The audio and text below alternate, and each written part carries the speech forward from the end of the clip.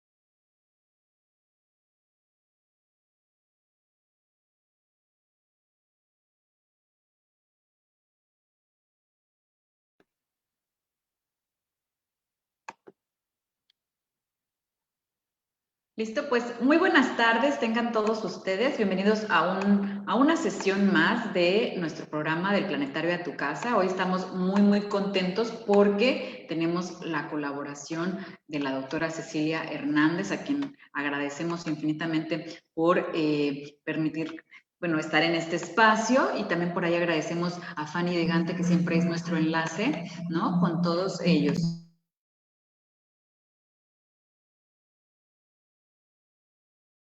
Ahora me permito, voy a leer rápidamente la semblanza, un poco de la trayectoria que ha destacado la doctora Cecilia Hernández. Ella estudió la licenciatura en Biología en el Instituto Tecnológico de Chetumal, el doctorado en Ciencias y Biotecnología de Plantas en el Centro de Investigación Científica de Yucatán. Posteriormente realizó un postdoctorado nacional en el Departamento de Ingeniería Genética del Centro de Investigación y Estudios Avanzados del IPN, el CINVESTAP, Unidad Irapuato, y de un postdoctorado internacional en el Departamento de Ciencia de Plantas en la Universidad de Arizona. Actualmente es investigadora titular en la Unidad de Ciencias del Agua del Centro de Investigación Científica de Yucatán, el CICI, en donde ingresó desde el 2011. La doctora fue coordinadora del posgrado en Ciencias del Agua del 2014 al 2018, directora de la Unidad de Ciencias del Agua del 2018 al 2019 y actualmente es directora de docencia. Es miembro del Sistema Nacional de Investigadores con la distinción como nivel 1 y es miembro de la Sociedad Mexicana de Virología. En el ámbito académico, la doctora Hernández es responsable del Laboratorio de Biología Molecular adscrito a la línea de sostenibilidad de ecosistemas acuáticos, en el cual se desarrollan proyectos relacionados con el estudio de los virus entéricos que se transmiten por el agua y otros virus como el SARS-CoV-2, del cual ella nos hablará el día de hoy, en matrices ambientales, así como el estudio de diversidad de microorganismos en ecosistemas acuáticos. Recientemente, el laboratorio a su cargo ha sido validador por el INDRE para el diagnóstico del COVID con fines de vigilancia epidemiológica en Quintana Roo. La doctora Hernández ha participado en la formación de recursos humanos como directora de tesis de licenciatura, maestría y doctorado, y ha publicado diversos artículos internacionales indizados, ha realizado varias estancias de investigación, tanto nacional como internacionalmente, y ha presentado trabajos en congresos nacionales e internacionales, además de participar como revisora de diversos proyectos y artículos de revistas de su área. La verdad es un extenso currículum y nos da muchísimo gusto contar con personas tan distinguidas como usted, doctora Cecilia, en nuestro espacio. Y bueno, les cedo los micrófonos y el auditorio. Y recuerden a todos nuestros amigos que pueden hacer sus preguntas a través de nuestras páginas ahora en Facebook. Estamos enlazados en los 4 planetarios. Un saludo al planetario de Chetumal, Cozumel, Playa del Carmen y claro, a Cayoc. Y bueno, pues sean todos bienvenidos. Adelante. Muchas gracias. Buenas tardes. Muchas gracias por la presentación y pues por estar aquí conectados el día de hoy. Hoy les voy a hablar de un tema con el que estamos trabajando en nuestro laboratorio y pues espero que sea interesante para todos. Bueno, como ya se comentó, yo le quería dar una breve introducción para decirles en dónde trabajo. Yo trabajo en la Unidad de Ciencias del Agua. Es una unidad académica del Centro de Investigación Científica de Yucatán, que es un centro público de investigación que pertenece a la red de centros del CONACYT. Y nosotros estamos ubicados físicamente en la sede en la ciudad de Cancún. En esta unidad se trabajan diferentes líneas de investigación, en donde tenemos principalmente la línea de sostenibilidad de ecosistemas acuáticos y la línea de seguridad hídrica en sistemas socioambientales. En nuestro... Permítanme. Voy a volver a compartir la pantalla. Gracias, doctora. Sí. Aquí está. Ahí está. Ahí está. Sí, perdón. Bueno, en estas líneas trabajamos toda la planta académica de la Unidad de Ciencias del Agua y yo soy la encargada del Laboratorio de Biología Molecular. En este laboratorio utilizamos herramientas de biología molecular para realizar el estudio de la caracterización de los virus que son transmitidos por el agua. Hemos estudiado la presencia y la ocurrencia de norovirus, de adenovirus y de otros indicadores virales que se utilizan para determinar la contaminación fecal en el agua. En el laboratorio usamos técnicas básicas de biología molecular y más adelante les voy a platicar un poquito de lo que hacemos, ¿no? Ahora, hoy les voy a platicar de este proyecto que estamos llevando a cabo en el laboratorio. Este proyecto fue financiado por el CONACYT y se llama Detección del SARS-CoV-2 en matrices ambientales y validación de un novedoso sistema de tratamiento bioelectroquímico para disminuir las concentraciones virales en descargas de agua. En este proyecto participamos varias unidades académicas del CICI, participamos la Unidad de Ciencias del Agua, la Unidad de Energía Renovable y la Unidad de Bioquímica y Biología Molecular. Y aquí pongo en esta foto a la maestra en Ciencias Gabriela Rosiles y al maestro en Ciencias Víctor Hugo Carrillo. Nosotros tres somos parte del equipo de la detección del SARS en matrices ambientales, que es de lo que les voy a hablar el día de hoy. Ahora, me gustaría empezar introduciendo de manera muy general para que todos podamos recordar las características principales de los virus. ¿Qué son virus? Bueno, los virus son partículas súper pequeñitas, son submicroscópicas, su tamaño es de nanómetros y los virus infectan a las células de todos los organismos. Se conoce que son como parásitos obligados porque tienen que estar dentro de una célula para poder replicarse y hacer todas sus funciones. Los virus son muy diversos, tanto en su tamaño como en su forma. Y, por ejemplo, podemos ver aquí algunos de los ejemplos, ¿no? En esta caricatura que representa algunas familias virales. Pero son realmente microorganismos muy particulares y que tienen muchas formas, son muy diversos.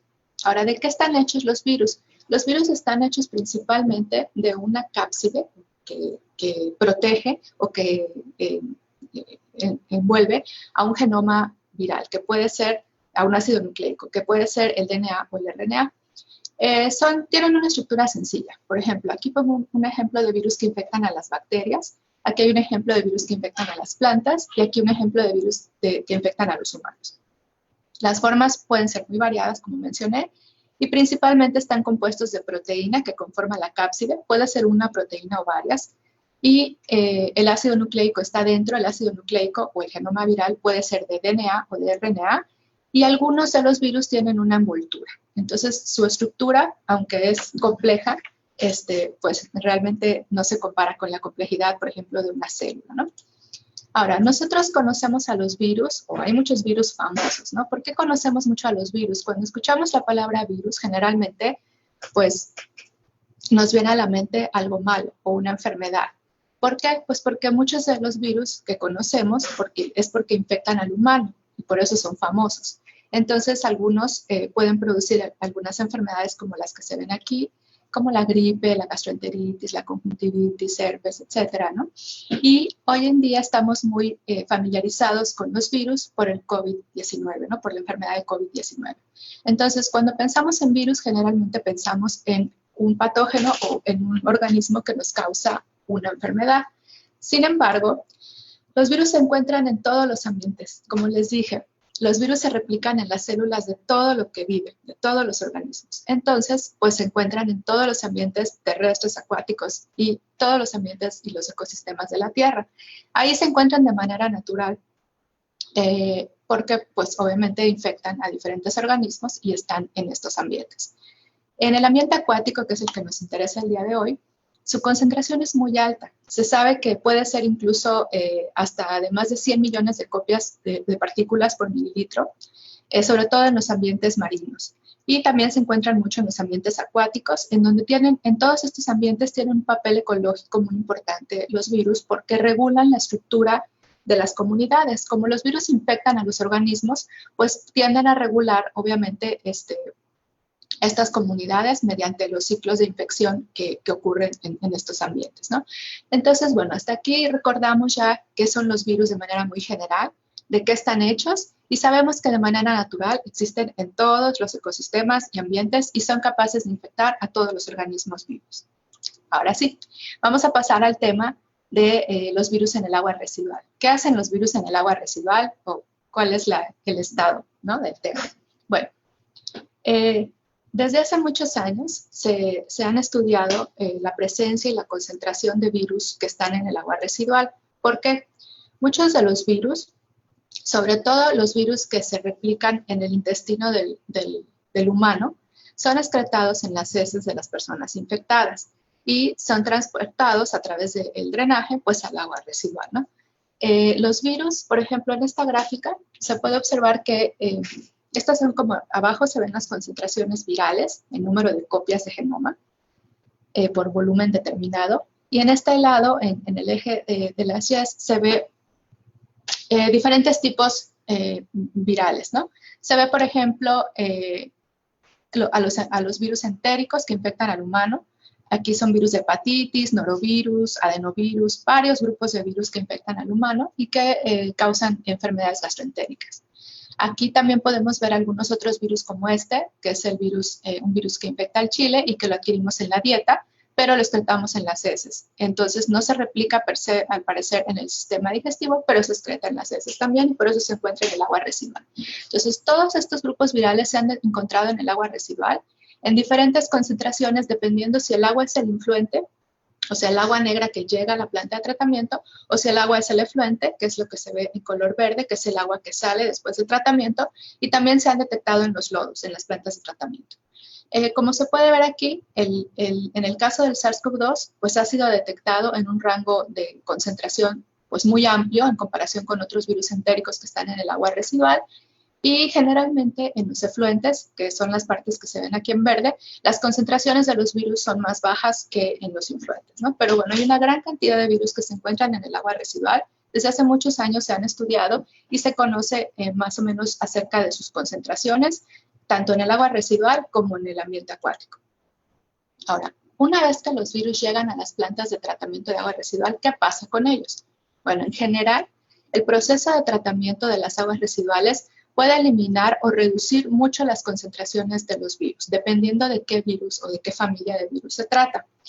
Aquí se puede ver diferentes virus que infectan al humano, entéricos que infectan al humano, y se puede ver que las concentraciones en el influente son pues relativamente altas, pero generalmente las concentraciones en el efluente ya bajan en órdenes de magnitud. Esto quiere decir que durante el tratamiento las concentraciones virales son reducidas bastante, ¿no? Y aquí se ve, bueno, el logaritmo de la reducción, que es una medida para saber cuántas veces se reduce la concentración.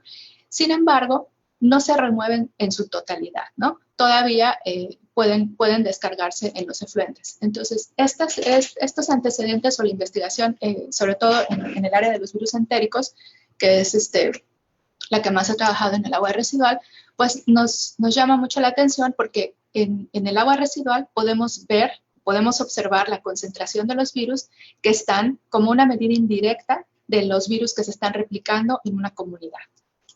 Ok.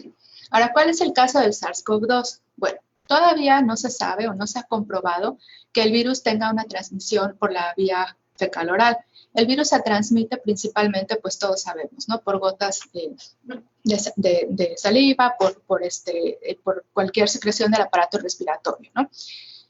Pero en el 2020, inicios del 2020, se comenzó a ver que el virus, el SARS-CoV-2, es capaz de replicarse en los enterocitos. Los enterocitos son células epiteliales del intestino y se pueden producir partículas virales en el intestino de las personas infectadas. Entonces, a pesar de que el virus no se ha comprobado una ruta o una vía de transmisión fecal-oral todavía, el virus es excretado en las heces de las personas infectadas. Incluso muchos estudios han demostrado que las partículas virales pueden excretarse en las heces de personas que están presentando los síntomas de COVID-19 y de personas asintomáticas también. Por lo tanto, una gran concentración de virus de SARS-CoV-2 puede llegar al agua residual. Ahora, en el 2020, cuando comienza la pandemia, pues algunos países comienzan a reportar la presencia de este virus en las heces de los pacientes que tienen COVID-19. La mayoría de los estudios han sido llevados a cabo en China y se reportaron diferentes porcentajes de prevalencia. Esto quiere decir cuántas muestras, cuál es el porcentaje de las muestras que son positivas al SARS-CoV-2 en el total de los pacientes que fueron estudiados, ¿no? O muestreados. En este caso, podemos ver que la prevalencia en diferentes estudios es muy diversa. Depende mucho de cuándo se toma la muestra, de cuántas personas se estudian, de varios factores, ¿no? Pero podemos ver que la prevalencia, es decir, la presencia del SARS-CoV-2 en las heces es muy común y puede ir desde el 30 hasta el 100% según lo reportado en países como China. En otros países como Singapur y Estados Unidos, la prevalencia del SARS-CoV-2 en las heces de pacientes con COVID-19 puede ser hasta del 70%, ¿no? Del 50 al 70%. Entonces, muchos pacientes, se puede detectar el SARS-CoV-2 en las heces de muchos pacientes que tienen COVID-19 y las concentraciones que reportaron o que se han reportado son muy altas. Incluso han sido de hasta 100 millones de copias por gramo de heces. O sea que, pues, toda esta concentración puede llegar al agua residual, ¿no? Las concentraciones son bastante altas y son muy similares a muchos otros virus entéricos que se excretan también en las heces, ¿no? Ahora, el SARS-CoV-2 se puede detectar en el agua residual. Al inicio de la pandemia se comenzó, varios países comenzaron a detectar, a aplicar las pruebas de detección moleculares al agua residual para detectarlo, para poder hacer unas estimaciones, ¿no? ¿Cómo se hace esto? Bueno, el virus llega al drenaje, pues a través obviamente de las casas, de los edificios, de los hospitales, etcétera, ¿no? El virus que es excretado, el SARS-CoV-2 que es excretado, se transporta por el drenaje y llega a las plantas de tratamiento. Aquí se aplican técnicas como el RT-qPCR para detectarlo. La técnica es muy similar a la que se utiliza para detectar el virus en humanos. Tiene algunas variables, ¿no? Pero básicamente es la misma técnica con algunas variantes. Y se miden las concentraciones del virus que hay en el agua residual. ¿Qué se hace después? Se hacen cálculos para determinar cuánta es la carga viral por persona, basado en la concentración de lo que se encuentra en el agua residual y con base en las concentraciones que pueden ser excretadas, ¿no? por los individuos que están infectados. Y después se comparan los datos con los datos de salud pública. Y se pueden hacer un montón de estimaciones o inferencias para saber qué es lo que está pasando con el SARS-CoV-2 en una comunidad. Esta técnica o esta metodología se llama epidemiología basada en agua residual, o WBE por sus siglas en inglés, ¿no? Y esta metodología es muy interesante porque ya se había utilizado muchos años antes para detectar o para predecir, por ejemplo, la presencia del uso de ciertas drogas en comunidades, ¿no?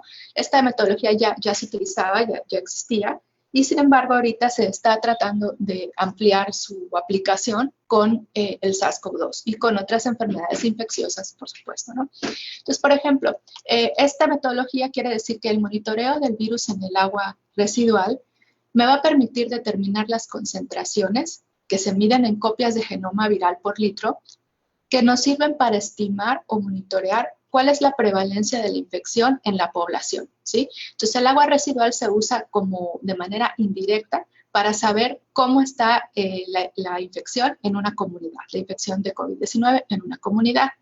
En estas gráficas que se encuentran aquí, se muestra un ejemplo que se publicó en Australia, en donde se monitoreó al virus, se monitorearon también los casos de COVID-19 por día, y se monitorearon los casos acumulados, ¿no? Y entonces, se pusieron las pruebas diagnósticas o de detección del SARS-CoV-2 en el agua residual para poder determinar cuál es la concentración a la cual se comienzan a detectar el virus en el agua residual, ¿no?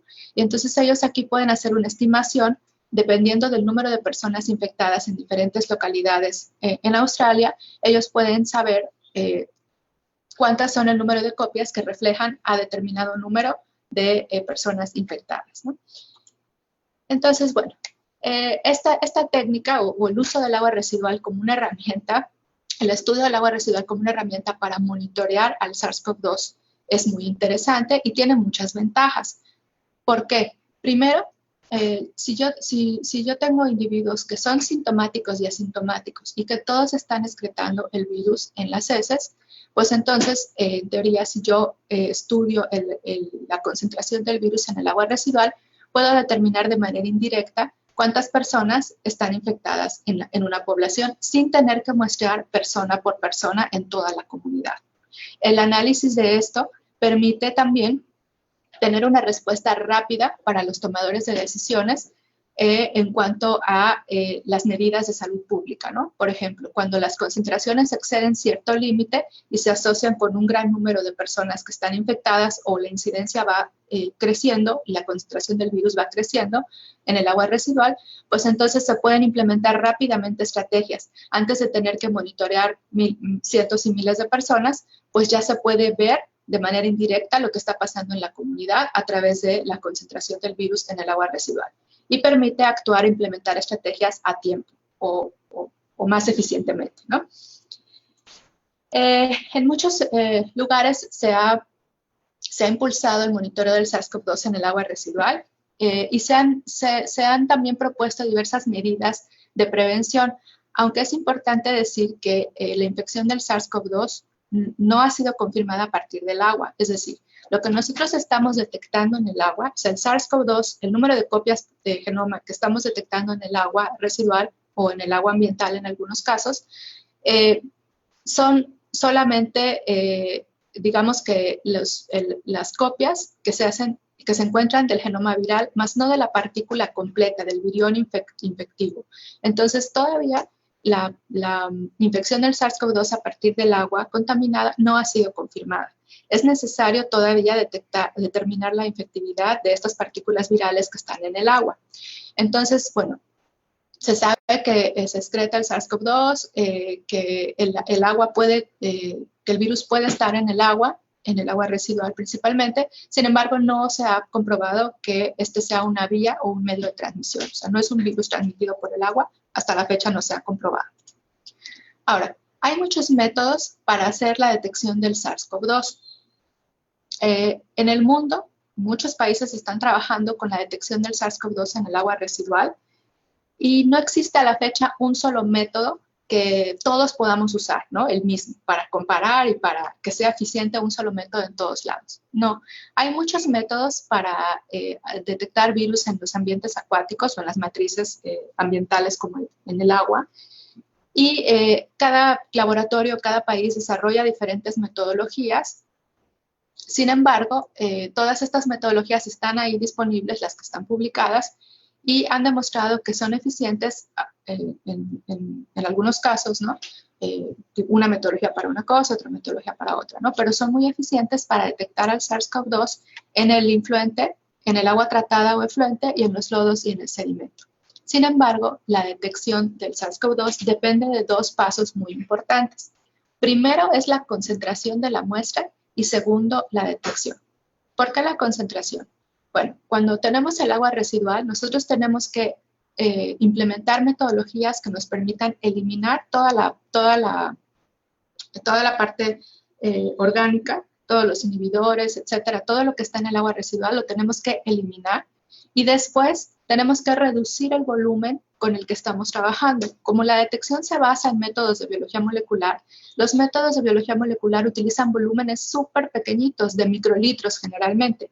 Entonces, si nosotros tenemos una muestra de 1 litro de agua residual, pues entonces va a ser muy difícil poder hacer un PCR a partir de ese volumen. Entonces, lo que hacemos es concentrar la muestra, quitar todos los sólidos y poder después reducir el volumen de agua para poder tener concentradas las partículas virales en un volumen pequeño de agua o en un volumen pues sí, mucho más pequeño de agua. Entonces este paso es clave, es un paso clave para la detección porque en este paso se van a eliminar todos los inhibidores que puedan después afectar la detección del virus. Y el segundo paso, bueno, ya que yo concentré la muestra, tengo que extraer el RNA, que para eso pues hay muchísimos kits ya que se venden pues ya listos, ¿no?, para usar, ¿no?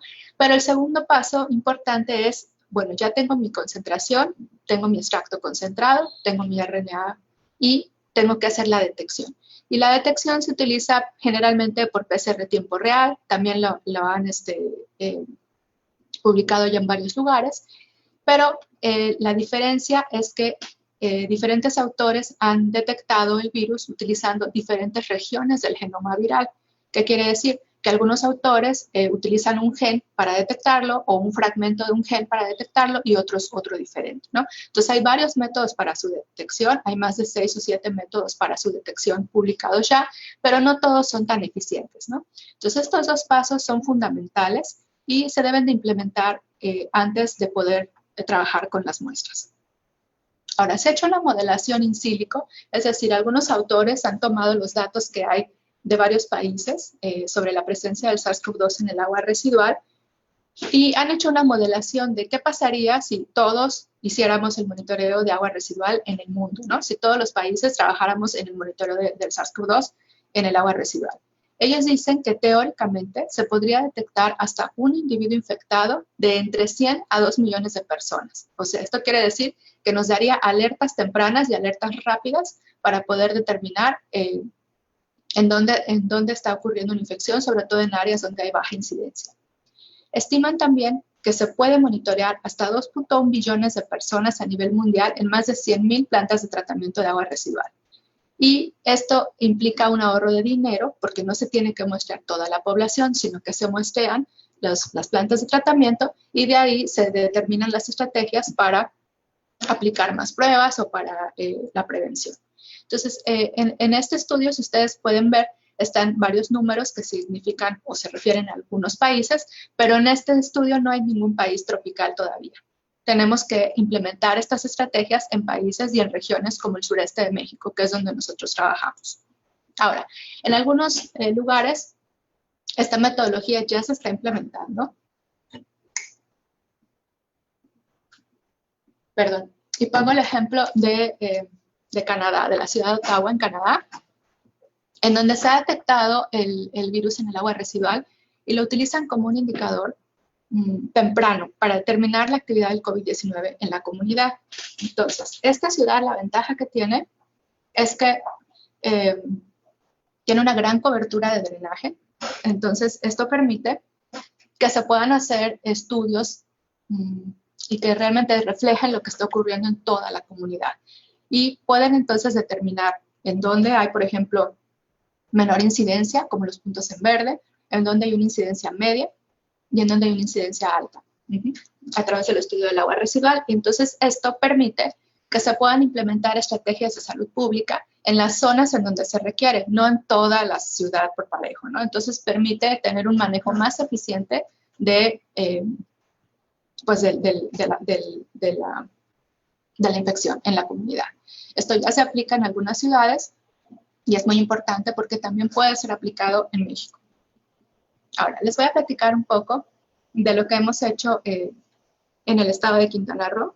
Nosotros ya teníamos en el laboratorio muchas metodologías para trabajar con virus en agua residual y en el ambiente. Y entonces quisimos implementar las técnicas para detectar el virus en el estado, ¿no?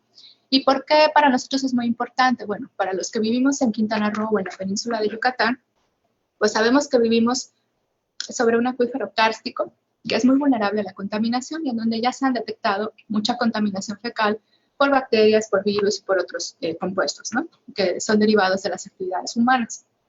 Entonces nosotros decidimos tomar muestras de agua residual, muestras de agua subterránea y muestras de descargas de agua subterránea en la zona costera. Este es un mapa de la zona norte de Quintana Roo, en donde se puede observar los puntos en donde hicimos las colectas.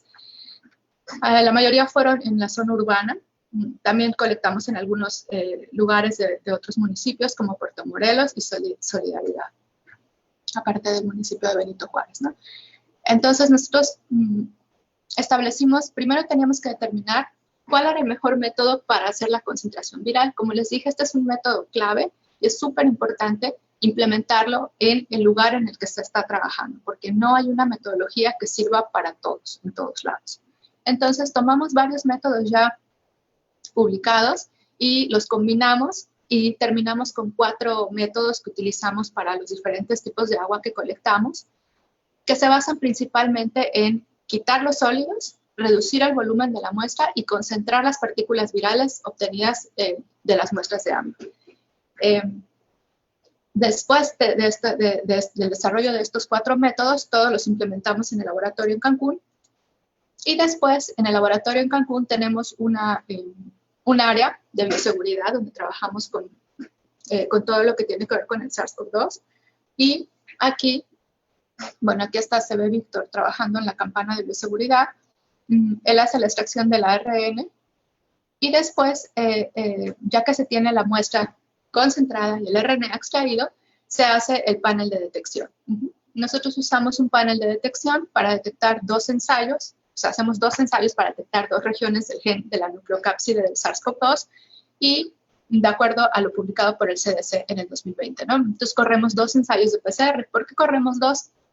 Porque ya se ha visto que la eficiencia de cada región que uno detecta del genoma viral es diferente. Entonces tomamos las 2 que más han sido reportadas como eficientes y las probamos para Cancún, para Quintana Roo. También en las muestras hemos tomado la medida de algunos indicadores virales de contaminación fecal. Este es un virus que nosotros usamos mucho como indicador porque su presencia en el agua está asociada con la contaminación fecal humana.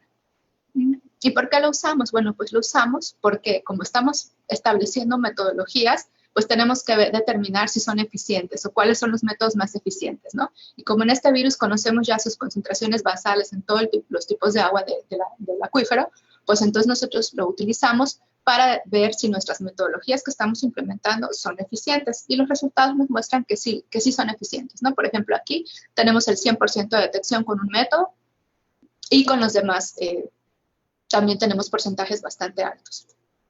Ahora, ¿qué encontramos nosotros en el agua residual? Bueno, pues como buena noticia, todos los métodos que implementamos son eficientes para detectar el SARS-CoV-2 en agua residual. Y como otra buena noticia, no lo encontramos en el agua subterránea ni en las descargas de agua subterránea de la zona costera. Es decir, en el agua ambiental o en las muestras ambientales que probamos todavía no se ha detectado.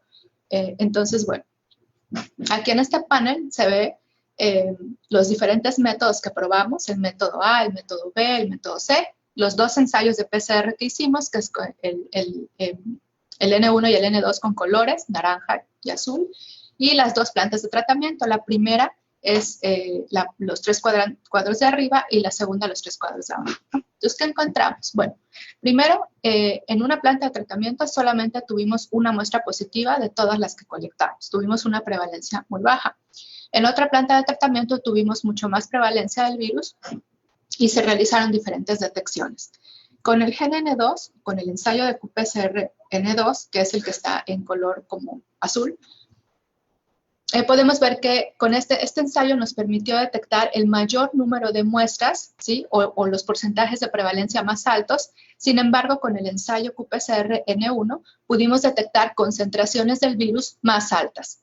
Incluso la diferencia de estos ensayos se puede ver aquí, y por eso es que es importante probar diferentes métodos y diferentes ensayos diferentes métodos de concentración y diferentes ensayos para la detección.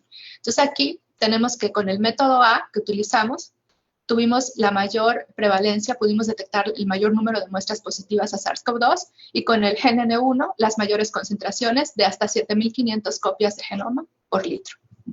Entonces, bueno, ya aplicando la metodología en Quintana Roo, pues nosotros ya tenemos datos de la concentración, tenemos datos también de los casos, ¿no? Aquí se ve nada más la tendencia del acumulado de casos en el estado, en el municipio de Benito Juárez, y aquí se ven en la línea negra el número de casos de COVID reportados por día, el día que nosotros colectamos la muestra en el mismo municipio de Benito Juárez.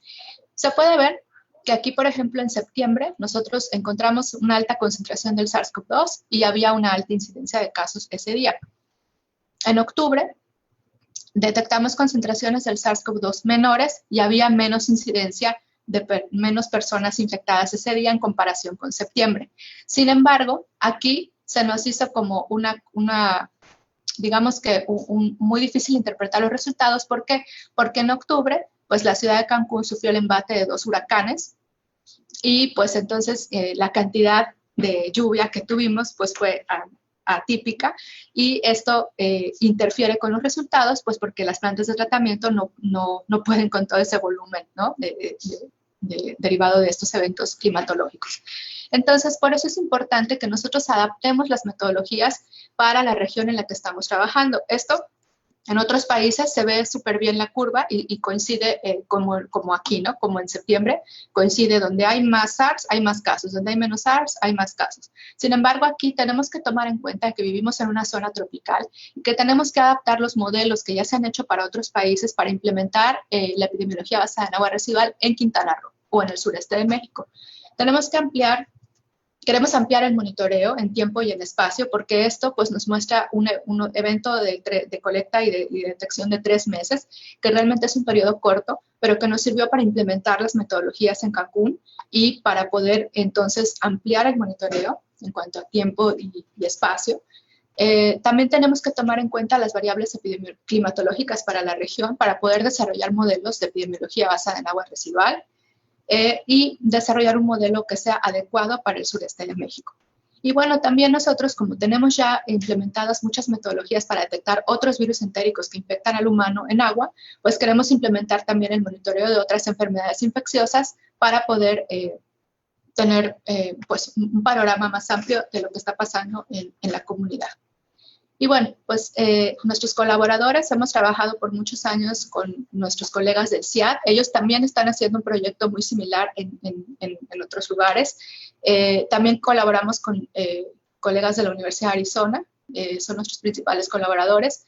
Y bueno, al final de la presentación también quiero agradecer no solo al grupo de trabajo del CICI, sino también a la empresa Huacán, que nos permitió colectar las muestras, y al CONACYT, que nos está financiando este proyecto. Muchas gracias. Muchas gracias, doctora Ceci. Y ahora vamos con las preguntas. A ver, que tenemos varias, y comenzamos con nuestros espectadores del Planetario de Cozumel. Nos pregunta Gerardo Hernández: ¿hay estudios sobre la carga viral liberada durante las diferentes etapas de la enfermedad? Porque entonces eso podría influir sobre el volumen de virus registrado en aguas residuales y tal vez influir sobre el número de personas infectadas en dado momento. Sí, es una pregunta muy interesante, muy buena. Tienes razón. La carga viral puede cambiar dependiendo del curso de la enfermedad. Sí hay algunos estudios, pero ahorita lo que se está haciendo son modelos y estimaciones más o menos de cuál es la carga viral por persona. Entonces, no es un modelo exacto, pero es un modelo predictivo, ¿no? Y que yo creo que mientras más estudios vayan saliendo, pues más exactos van a ser nuestros modelos. Pero sí es algo que se debe de tomar en cuenta y es una muy buena eh, intervención, ¿no? Porque tiene que tomarse en cuenta dependiendo de cómo va desarrollándose la enfermedad, obviamente pues va a ser la carga viral, ¿no? Aunque se ha visto, todavía no se sabe si es un patrón, pero se ha visto que incluso cuando el virus no puede ser ya detectado en las muestras, eh, eh, ¿cómo se llama? En las muestras nasofaringeas, sí puede seguir siendo detectado en las heces, entonces también se puede seguir excretando, pero todavía no se tiene como esa curva, ¿no? De las concentraciones con la curva del estado de la infección. Gracias, doctora. Nos pregunta Rocío de Lourdes Borges, en la ciudad de Mérida no hay un sistema de recolecta de aguas residuales. ¿Cómo lo realizarían? Bueno, sí, nosotros estamos trabajando precisamente en el municipio de Benito Juárez, obviamente, pues porque tenemos ahí varias plantas de tratamiento y la cobertura de drenaje en el estado de Quintana Roo, pues es alta comparada con la media nacional, ¿no?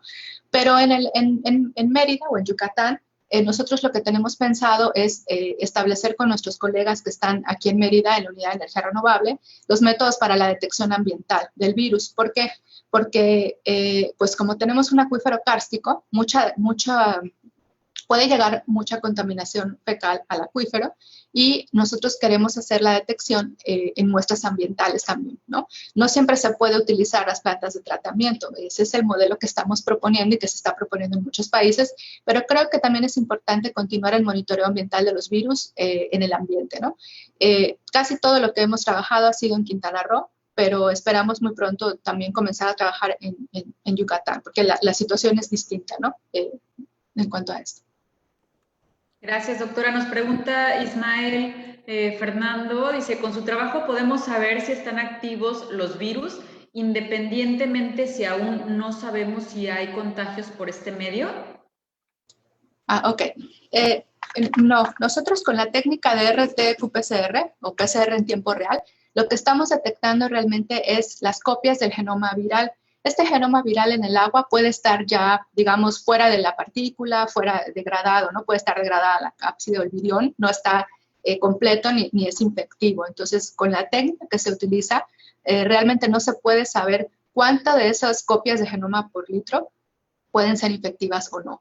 Para poder determinar la infectividad de un virus que es aislado, por ejemplo, en el agua, se tiene que hacer cultivo y se ha visto que al menos en el caso de los virus entéricos, de algunos grupos de virus entéricos, porque no todos se pueden cultivar, los porcentajes de las partículas infectivas son mucho menores que los que se calculan a partir de la detección del genoma en el agua.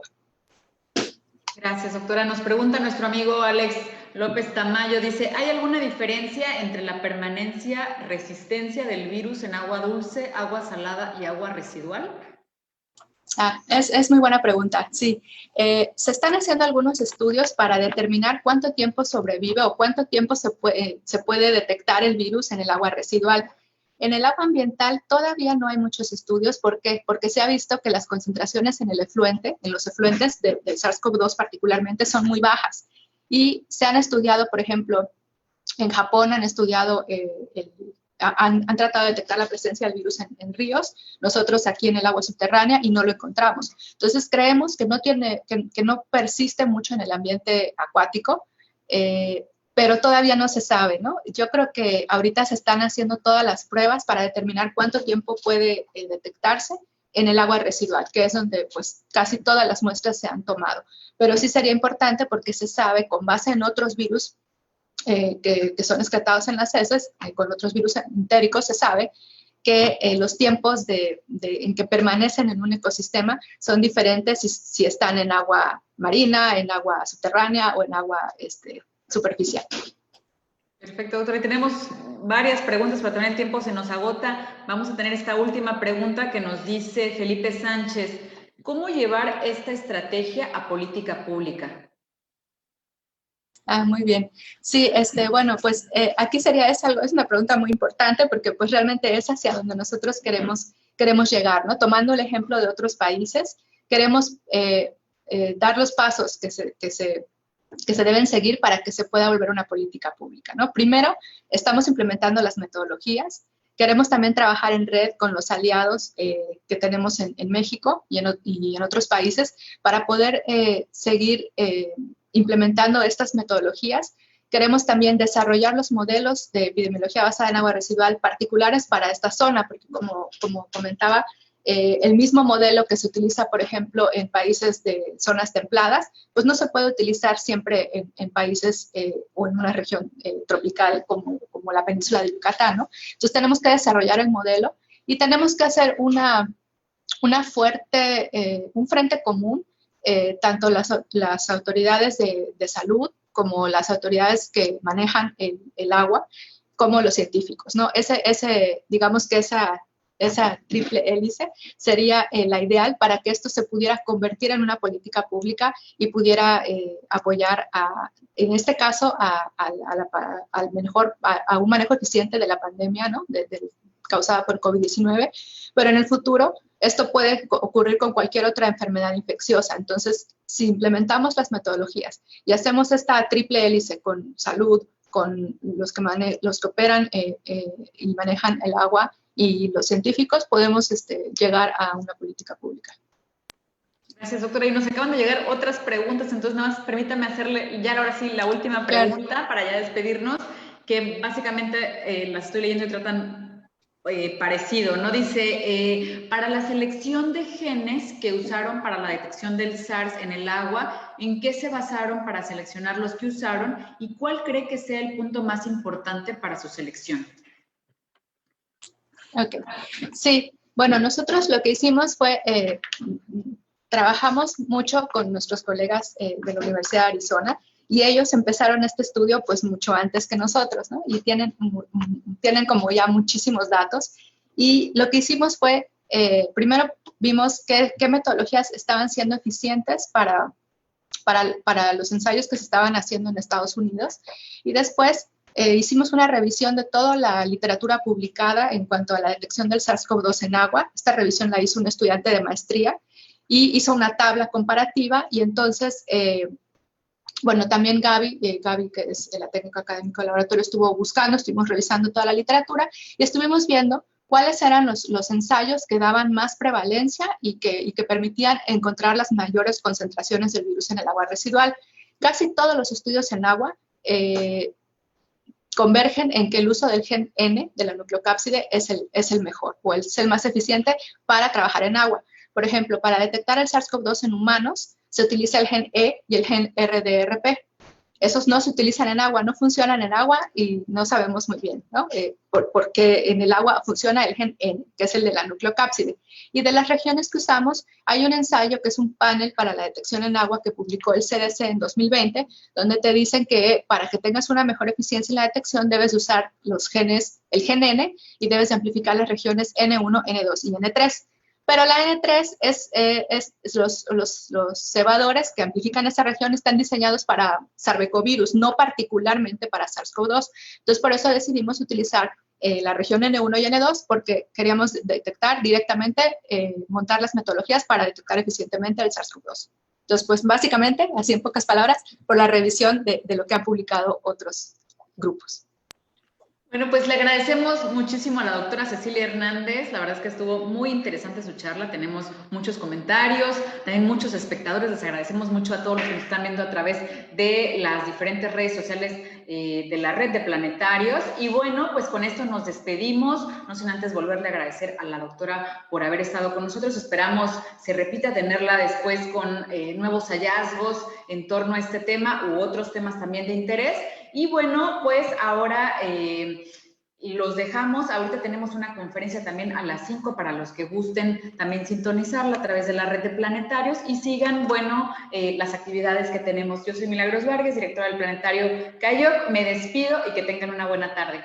Hasta la próxima. Gracias, hasta luego.